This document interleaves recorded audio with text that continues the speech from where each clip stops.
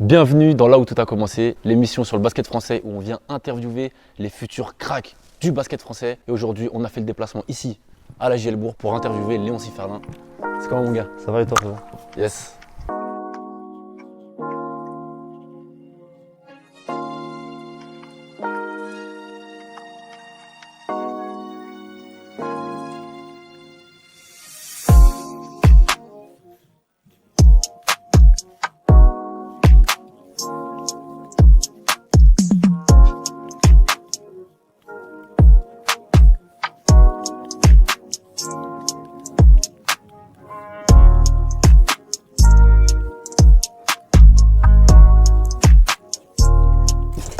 Alors, Léon, première question, est-ce que tu peux te présenter pour ceux qui ne te connaissent pas?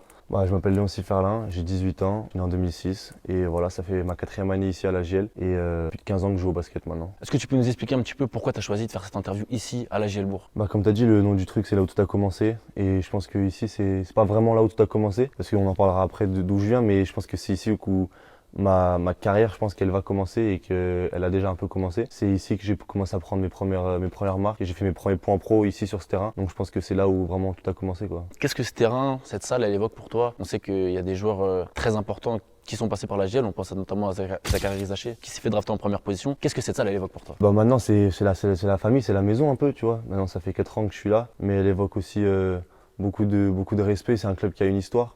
Une belle histoire, qui a connu des MVP, qui a connu des montées, des descentes. Vraiment, c'est un petit club qui essaie de faire son histoire. Et cette salle, elle a vécu déjà une finale d'Eurocup, c'est pas rien. Je pense que c'est une salle qui commence à avoir une histoire. De faire partie de ça, moi, ça me, j'ai pas la suite, mais voilà. Ça, j'ai capté. Du coup, on va parler un petit peu de ta carrière pour commencer. On sait que tu es originaire de Nancy. C'est quoi ton attache avec Nancy? Mon attache avec Nancy, c'est vraiment, c'est la famille. J'ai grandi là-bas. C'est vraiment dans mon cœur. Je pense que ça restera à jamais.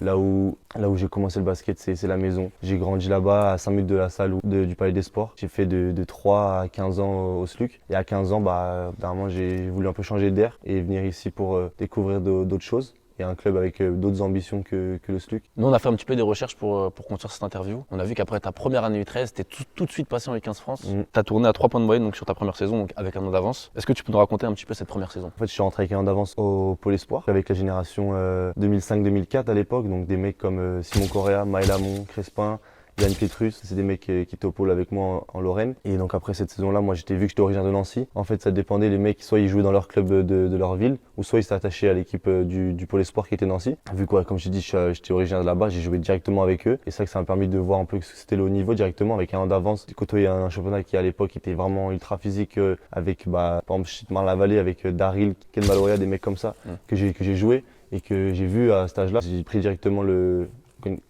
conscience du niveau que c'était d'être dans cette division-là, quoi. Et l'année d'après, donc ta deuxième saison en U15 France, tu scores 12,6 points, donc tu passes de 3 à 12 points. C'est un petit peu, c'est un peu le déclic pour toi? Ouais, c'est ça. Et comme je t'ai dit, j'ai fait d'une saison un peu découverte. Tu vois, je suis à 3 points de moyenne. Je me souviens, c'était vraiment un 3 points par match, quoi. C'était un peu ma moyenne. Je suis rentré, c'était pour mettre mon petit shoot et je ressortais. Tu vois, ça a permis vraiment de découvrir. Et après la saison d'après, ma première année U15 du coup, mais ma deuxième saison U15 France, j'avais pris mes marques déjà et je connaissais déjà le championnat et du coup ça m'a permis d'un peu plus me montrer et d'avoir plus confiance en moi, quoi. Si je dis pas de bêtises, la saison d'après, elle a été arrêtée par le Covid au bout de 3 matchs. C'est ça. Et pourtant ça partait quand même un peu bien quand même. J'étais dégoûté parce que forcément, deuxième année U15, troisième année dans le championnat, je me dis vas-y, c'est là que je vais commencer à exploser, tu vois. Et là, Covid direct, ça m'a mis un coup d'arrêt, quoi. Et donc c'est à la suite des années Covid, donc c'est cette année de Covid là, que tu pars du coup en U18 à la Gielbourg. Ouais, c'est ça. C'est quoi qui a motivé ton départ? En fait, déjà pour les années Covid, t'as oublié de souligner, mais aussi j'étais avec le CDF de Nancy, donc j'ai déjà passé avec les U18 France. Donc c'était envie d'être en U18, mais je voyais que le Nancy recrutait beaucoup de gars en fait et que entre guillemets j'étais pas dans les projets du SLUC. Puis la GL s'est déjà venu à la charge pour me recruter avec un an d'avance aussi au centre de formation. Et à l'époque quand le Covid est arrivé, j'avais dit que c'était trop chaud pour moi, quoi, parce que loin de la famille, moi j'avais vraiment quitté chez moi. Et au final, avec le Covid, je suis resté à Nancy.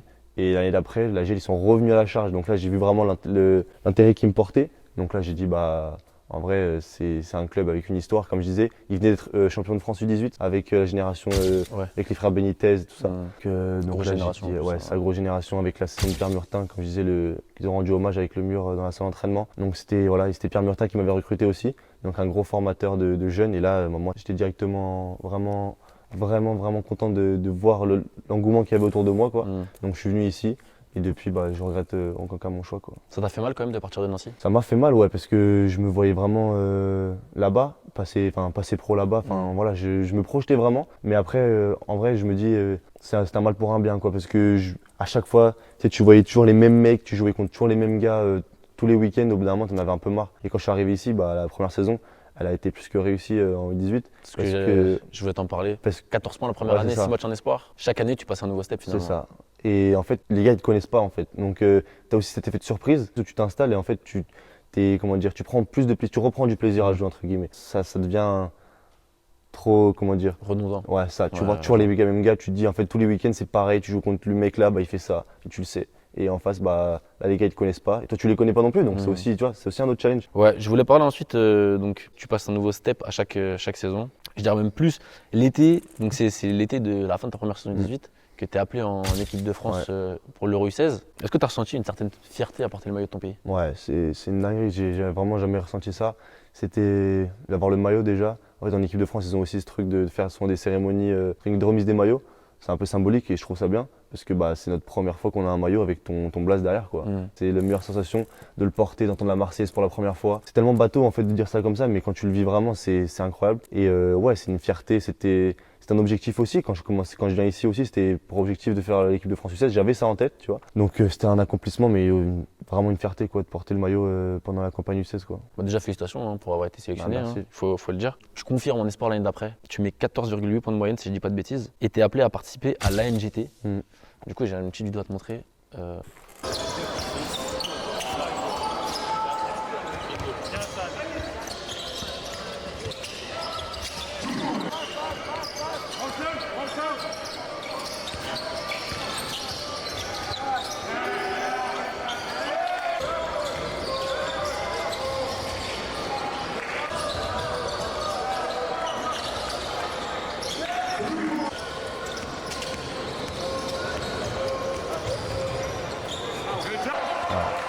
C'est fameux.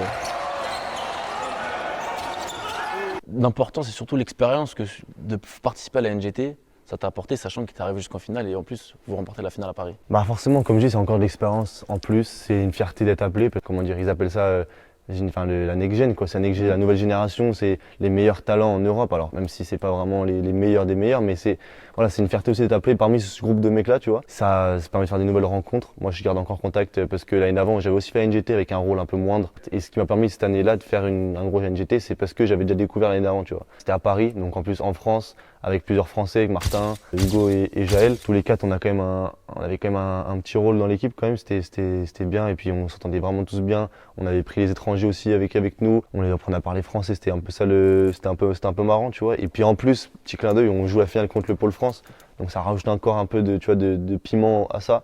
Et en plus de ça, on arrive à faire une finale qui est quasi parfaite en fait, où jamais on s'est dit on est moins fort, tu vois, et on fait cette finale où on gagne. Je pense à la surprise de tous, quoi, parce que tout le monde voyait le Pôle France et même nous, en vrai, au début, on se disait le Pôle France c'est au-dessus. Et on fait une finale où voilà, on n'a pas eu peur. Et les quatre Français, on s'était bien montré avec des tirs clutch et puis ce fameux tir sur la fin sur Jonas là.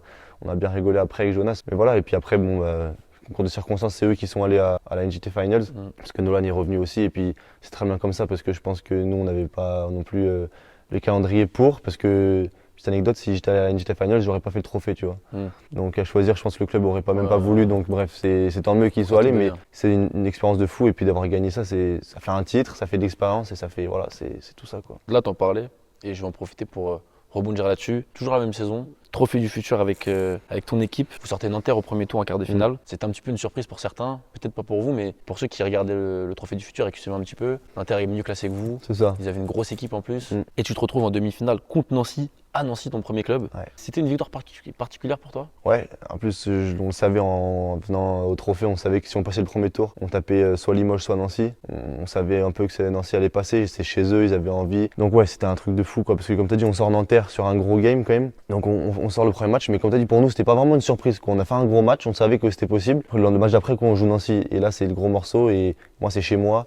C'est le dernier match de la journée, la salle elle est remplie à Nancy. Et vraiment, genre je connais tout le monde dans les tribunes, quoi, parce que c'est des mecs que je voyais quand j'étais petit. Donc c'est comme tu as dit, c'était particulier. C'était une ambiance de fou. Puis on gagne le match et vraiment, quand je me souviens sur le moment, j'étais comme un fou. Il y avait toute ma famille dans les tribunes. et tu te dis le lendemain, en fait, c'est la finale et plus rien ne peut t'arriver, quoi. Tu viens de taper le champion de France chez lui, devant son public. En fait, tu es obligé de finir après, quoi. Ouais, je vois ce que tu veux dire. Mais du coup, c'est marrant parce qu'on parle un peu de ça. Il y a quelqu'un qui a une question pour toi par rapport à ça. Et là, ça peut être qui, là? Salut les gars, salut Léon. Donc voilà, j'ai une petite question à te poser, Léon. Est-ce que tu pourrais nous expliquer ta relation avec le club de Nancy et ensuite, du coup, nous donner ton club de cœur entre Nancy et la Gielbourg. Voilà, salut les gars.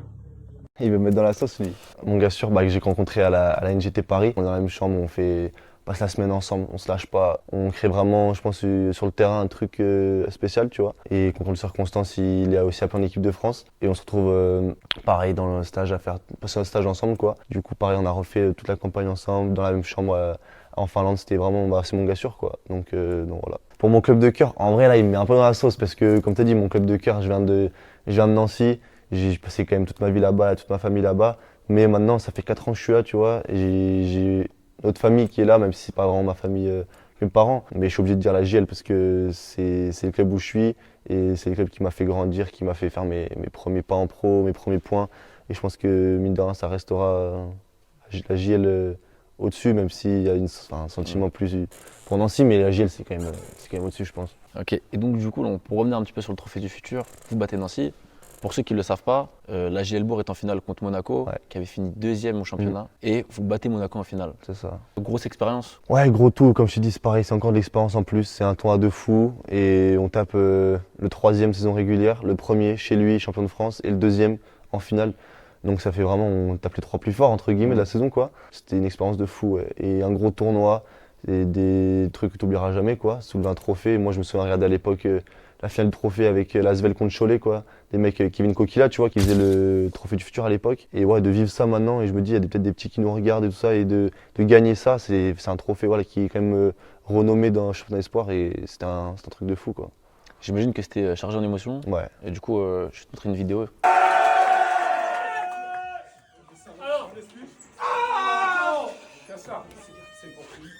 Reportage gradin. Juste une chose, les mecs. Je vais faire très très vite. Donc déjà, demain, il n'y a pas d'entraînement. Plus sérieusement, c'est très très important. Vous voyez ce trophée, en fait, toutes les personnes qui sont là ici, ils seront liés à jamais à ça. On sera toujours, quand on reviendra à Bourg, quand on regardera dans le magazine, on sait qu'en 2024, on aura tous ensemble gagné un putain de trophée. C'est très très important ce que vous avez fait aussi pour le club, qui avance de plus en plus, et vous faites partie, en fait, là, de la construction du projet de gagner. Parce que vous êtes des putains de winners!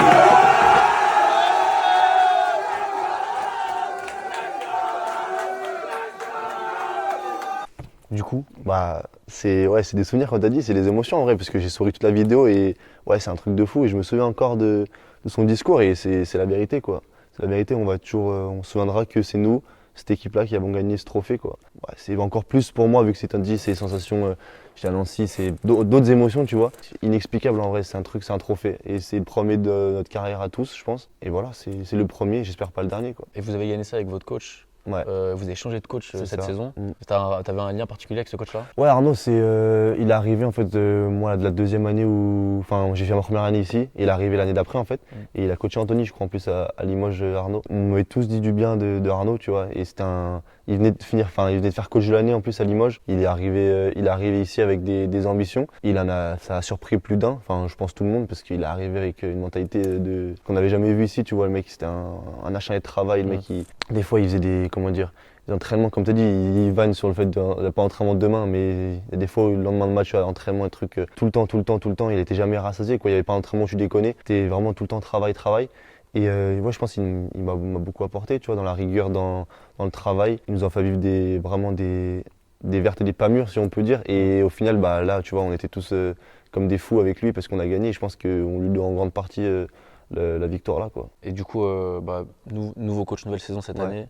Nous, on est venu vous voir jouer samedi. 5e match de l'année, 5e journée, 5e victoire. Vous avez des gros objectifs cette année? Ouais, je pense que, comme tu as dit, on a des gros objectifs parce qu'on est champion au titre aussi. Mais nouveau coach, c'est pas vraiment, parce qu'en fait, Nico, notre coach, c'est lui qui m'a recruté aussi. À l'époque, avec Pierre Murtin, c'est lui qui m'avait recruté. Et c'est lui qui m'a fait ma première année U18. C'est lui qui a recruté tous les mecs, tous les 2005 que tu vois là, à part Ayouba. C'est lui qui a tout recruté en fait. Donc l'équipe, en soi, elle est presque de lui en fait. Il nous a jamais vraiment quitté, il était aussi un peu dans les bureaux des fois. Et au final, c'est lui qui reprend l'équipe, donc c'est pas vraiment un nouveau coach, même si ça change de Arnaud. Ouais, c'est une nouvelle mentalité et je pense que on a gardé la mentalité d'Arnaud avec celle de Nico. Et je pense qu'on s'entend tous très bien. Et il n'y a aucun nouveau joueur à part Wilson. Ouais. Et je pense qu'il s'est très vite intégré, quoi. C'est un mec qui est pareil, acharné de travail, le mec il est voilà, sérieux tout le temps. Et là, il s'est directement, intégré dans l'équipe vraiment. Il a directement pris ça comme un nouveau challenge. Et c'est un mec qui avait de l'expérience de fou, tu vois. Le mec, il a fait l'INSEP, il était à Champagne l'année dernière, il était avec les pros tout le temps. On l'a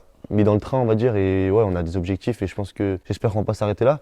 On satisfait bien sûr des 5 victoires. Après, je pense qu'on n'a pas encore joué les plus gros, même si faut pas cracher sur les autres équipes. Tu vois, on a fait des gros matchs, mais c'est que le début du parcours. C'est que le début, mais comme tu as dit, on a des objectifs, mais c'est que le début. Dans tous les cas, nous, on sera là pour suivre la saison. Avec plaisir. Et même l'après-saison dans tous les cas.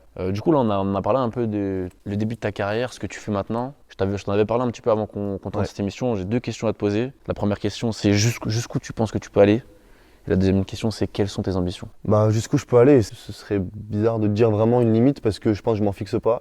J'ai pas vraiment de limite. Là, à court terme, c'est vraiment de passer professionnel à plein temps en fait, tu vois. Que ce soit ici ou dans un autre club, d'être vraiment signer mon premier contrat pro et de m'exprimer en pro, comme tu as dit, passer mon step. Et après, c'est l'objectif, le rêve ultime, c'est Euroleague, NBA, tu vois. Même si c'est trop facile de dire ça comme ça, mais je pense que déjà faire une grosse carrière en pro, c'est vraiment l'objectif. Moi, tu vois, je dis souvent, je rêve plus d'Euroleague que de NBA, même parce que je pense que c'est plus mon style que la grande ligue, on va dire. Même si demain tu me proposes de la draft et que je peux être drafté, j'y vais, tu vois. Même si je pense que l'Euroleague me correspond peut-être plus, mais pour l'instant, voilà, je grille pas les étapes. Je pense déjà à ça. Je découvre l'Eurocup aussi cette année avec la JL. Peut-être gratter des minutes et on verra, tu vois, par la suite. Donc voilà. Step by step. Exactement. Ok. La dernière question, la petite tradition de nos émissions là où tout a commencé. Est-ce que tu peux nous dire c'est quoi ta vision du basket? C'est quoi la vision du basket pour Léon Siferlin? Je pense là, la vision du basket pour moi, c'est ma vie en fait, c'est toute ma vie. J'ai grandi dans le basket, ma famille fait du basket. Je vis basket, tu vois, tout le temps. Et je pense que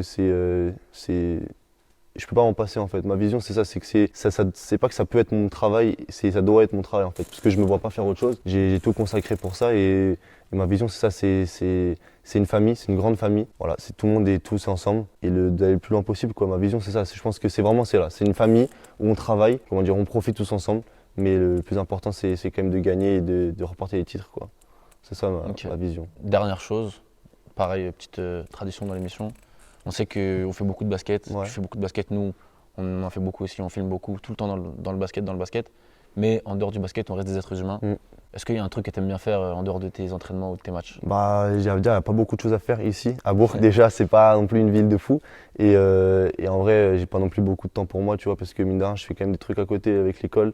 Donc, j'ai pas vraiment beaucoup de choses. Mais moi, j'aime bien aller manger un peu dehors, tu vois. Et puis, même, j'ai vu avec Anthony, vous avez gagné. Et je pense que faire une petite revanche, si ça vous dit de faire un truc au bowling, parce que là où je l'ai emmené, il y a un bowling. C'est comme vous voulez, si on peut s'en faire un. Mais déjà, on va manger un coup et on verra après. Si tu penses que tu peux nous battre au bowling? Mais gros. Parce qu'Anthony, il pensait qu'il pouvait nous battre. Mais pareil, mais s'il faut, je prends ma revanche. Je prendrai sa revanche à lui. Vas-y, on va aller voir ça tout de suite. Vas-y. C'est parti, let's go. Mon gars, on va taper au bowling.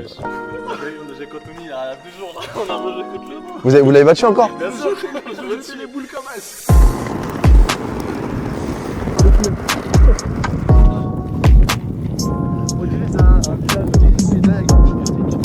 Le soir à la JL, dès qu'il y a des matchs à l'extérieur et tout ça, et genre c'est, on va dire, leur principale source de revenus, tu vois. Allez, go. Attends, on est pas. Les Allemands, c'est pas les chiffres. Il a parlé français, les gars. Début de la partie. C'est mort. T'as vu ce qu'on a fait Anthony? Et on gagne. Allez. Let's go. Ici, les gars, ici c'est RG. J'ai le bon de quoi?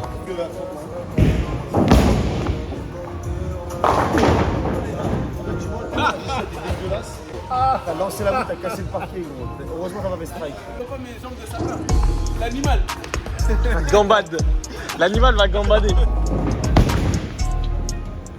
T'as pas. Tu n'as pas le truc en fait. T'as pas le truc. Et t'as la chance, t'as fait 1 en plus, hein. Essaye de chercher des boules, je sais pas où, en mode c'est la boule. Mais gros. Prends le dragon en direct, là. Allez, il a fait 2 3 bien. Fais comme s'il n'existe pas. Ouais, coupe, hein, coupe.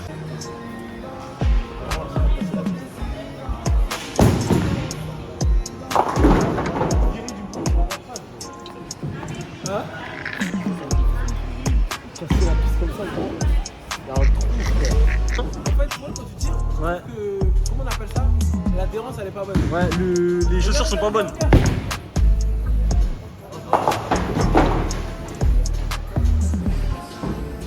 T'as tiré à côté, fais pas genre.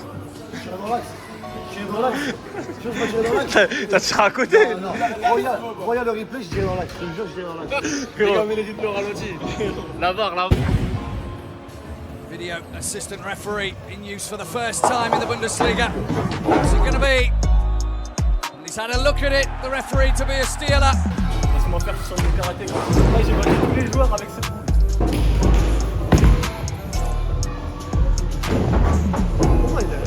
Il a ce qu'il mérite, 8. Les gars, désastreux. Il s'est renommé Anthony Martinez. Big up Anthony Martinez. Alexis s'est renommé Anthony Martinez. Même comme ça. Voilà, tu vois le terrain. Il est pas là, boule. Casse-le terrain, casse le terrain, Regarde, s'il te plaît. regarde la boule, Vas-y, regarde vas-y, la vas-y.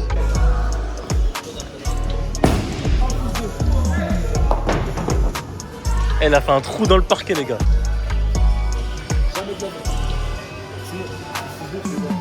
Je donne 50 €. C'est bête de faire de l'argent comme ça, bêtement.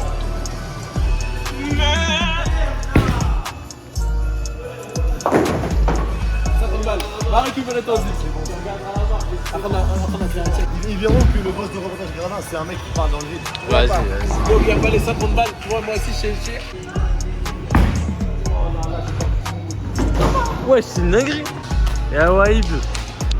C'est le moment de l'histoire où la piste, elle me dit s'il te plaît, arrête.